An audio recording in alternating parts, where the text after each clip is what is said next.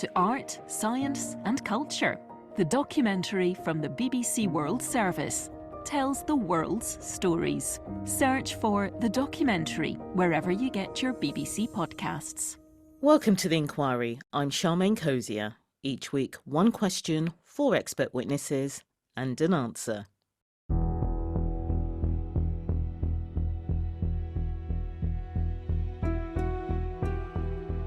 August 2023. A relationship is in trouble.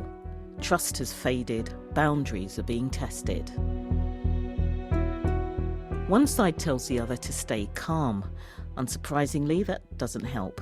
More cracks appear. The feuding parties are China and India. At the heart of it all is a long-standing border dispute. But that's not the only source of friction between the two most populous countries in the world. So this week we're asking, can China and India fix their relationship?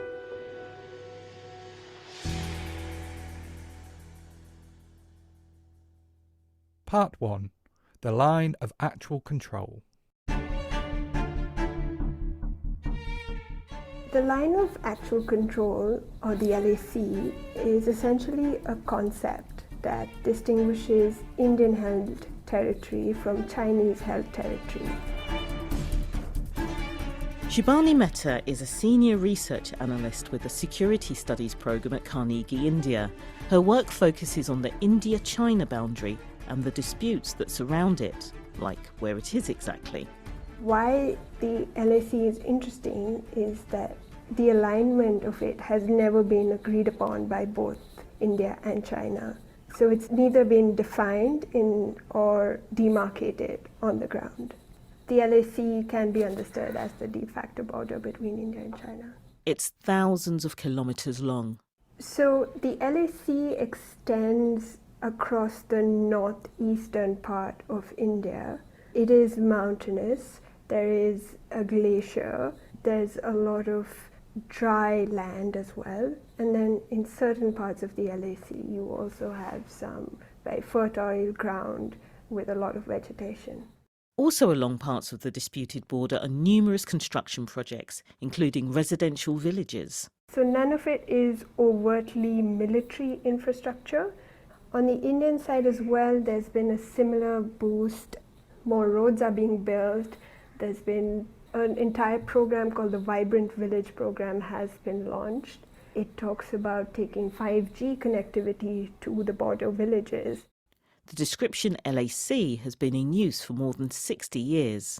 And so China's premier at the time, Zhou Enlai, he actually used the term line of actual control at a press conference during his visit to New Delhi in 1960. And there is evidence of him having mentioned the line of actual control to the Indian Prime Minister Jawaharlal Nehru, dated 1959.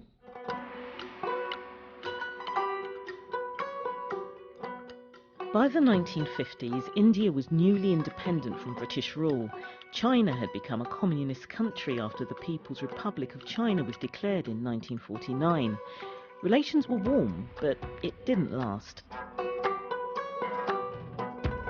In 1962, a border dispute pushed China and India into a war.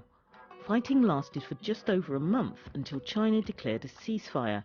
The majority of deaths were on the Indian side. I would agree with a lot of Indian and Chinese scholars who've said that the India-China relationship is at the lowest point it has been in since 1962. Tensions are very high. There hasn't been another all-out war declared, but confrontations continue. In June 2020, hundreds of Chinese and Indian forces clashed along a disputed Himalayan border area. At least 20 Indian soldiers died. China officially confirmed 4 deaths on its side. Dozens more were injured. What has shifted is after 2020, I think that incident kind of took the Indian government by surprise. And the casualties prompted a more aggressive, a more vocal response. There have been numerous efforts to address the dispute. I think meaningful attempts have been made. It's taken a while for both sides to come to the table, but they have come up with a regime of controls, agreements that kind of lay out how the border is to be managed between India and China. A lot is being written and said about whether these regimes are now dated. The first agreement on peace and tranquility was signed in 1993, so that was 30 years ago. And they are being questioned again. Should we get rid of those controls and start from scratch? The limited scope of the discussions has also been questioned. I think the approach has been quite piecemeal, where you look at a specific sector, a specific point, a specific location along the LAC. It is yet to reach that stage where both India and China sit down and discuss the LAC on the whole and sort of arrive at a resolution to the boundary question.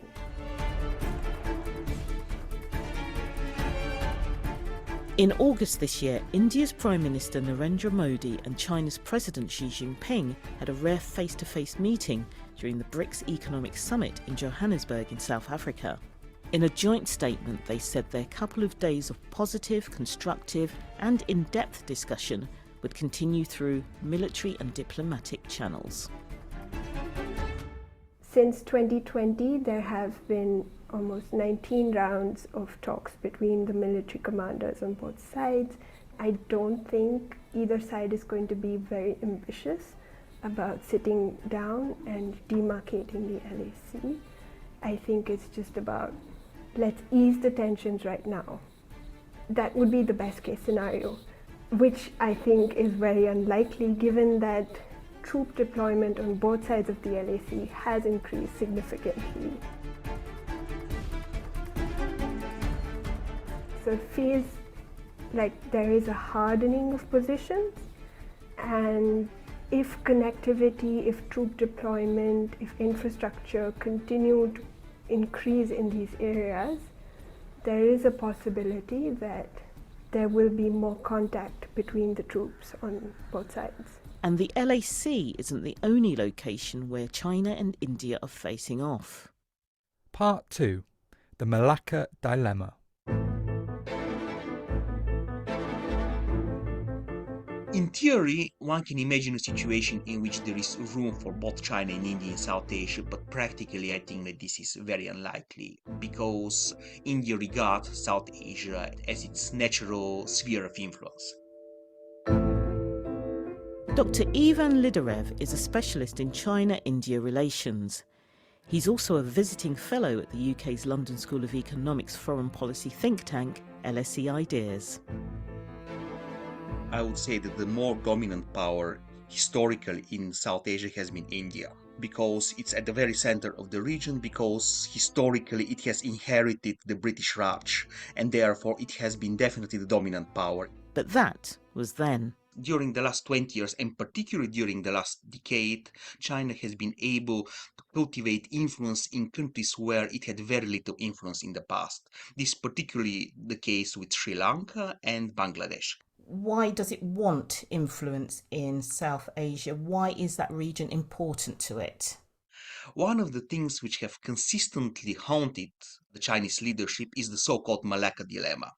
The Malacca dilemma is the belief that in case of crisis between the US and China, or outright conflict between the US and China, the US can strangle China's economy by blocking the Straits of Malacca, through which a very large part of Chinese shipments of goods and, most importantly, of energy pass.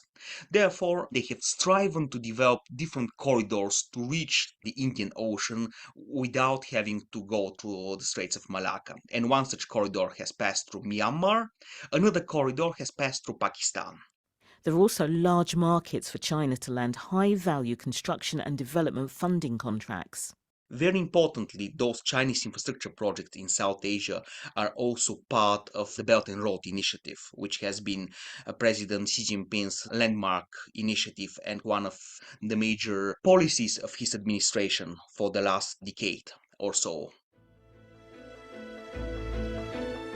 The Belt and Road Initiative is vast and ambitious. The overall aim is to connect Africa, Europe and Asia through land and sea networks. Since it started 10 years ago, China has spent hundreds of billions of dollars and more than 150 countries have joined it. China in general is much more active than India. It has been developing various infrastructure in Pakistan, including railroads, including ports, and is trying to kind of create essentially a whole transportation economic corridor which links the Chinese province of Xinjiang with the Indian Ocean. It has signed an agreement in which it will build a railway which will connect the Chinese autonomous region of Tibet with Kathmandu, the capital of Nepal. Nepal is surrounded by India and China. It's also a competition hotspot. India has had a very special relationship with Nepal. Many Nepalis have served in the Indian army, the famous Gurkhas, also in Indian administration. So for India, an increase of Chinese influence in Nepal would be a very big problem because it will shake one of India's most important partnerships in the region. Historically, Nepal has been very dependent for its supplies on India. And whenever India has wanted to kind of pressure Nepal, it has been able to put restrictions on the supply or even stop it.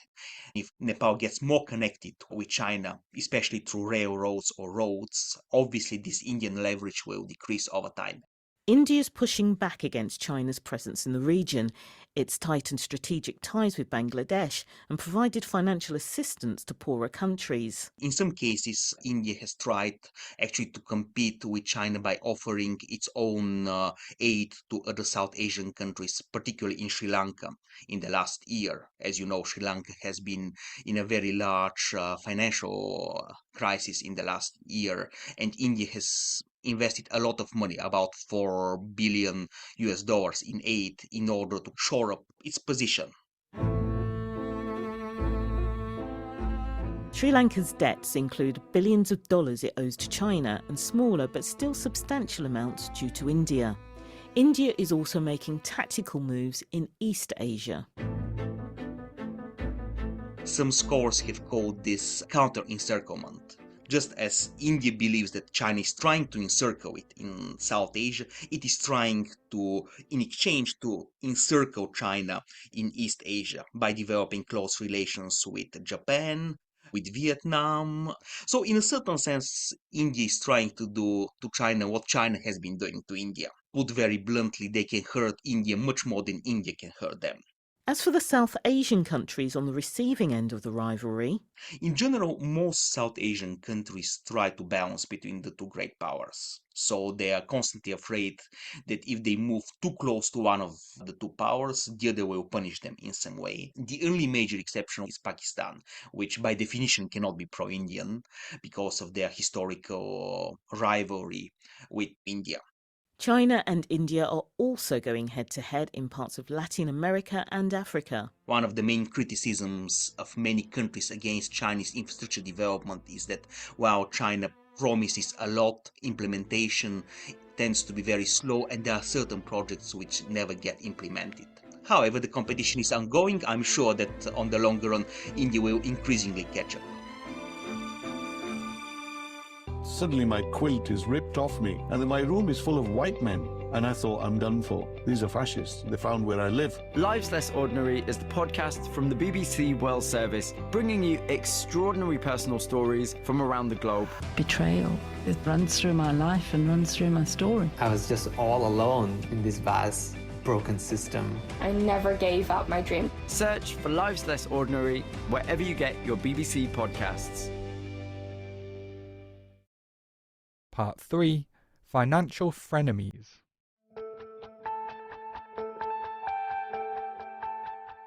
Our External Affairs Minister, Dr. Jaishankar ji, has clearly mentioned that we cannot have normal economic and trade relations with China unless and until the border is having peace and tranquility.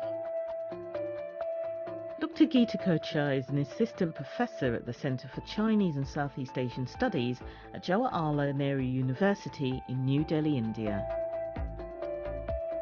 So at the moment, the Indian government is pursuing to resolve the border tensions, once and for all de-escalate and disengage, and finally, if possible, at least delineate the border so that we can start to engage in economic and trade relations on a very equal footing. China's economy is facing many challenges.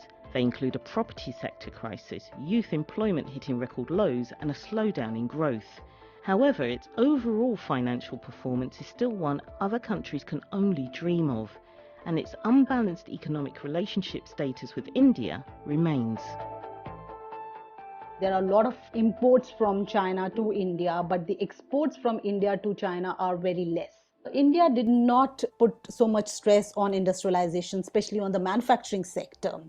And it was looking at the service sector all the time. And that really created this lack of goods that can be exported to China or to other countries. I mean, considering that India also has a huge labor force, it did not invest so much in the manufacturing sector, and it did not utilize this low-cost labor to push up the manufacturing sector, which could have given the edge of reducing this trade deficit. Given that the relationship isn't the strongest, has India, or is it doing anything to reduce its economic dependence on China?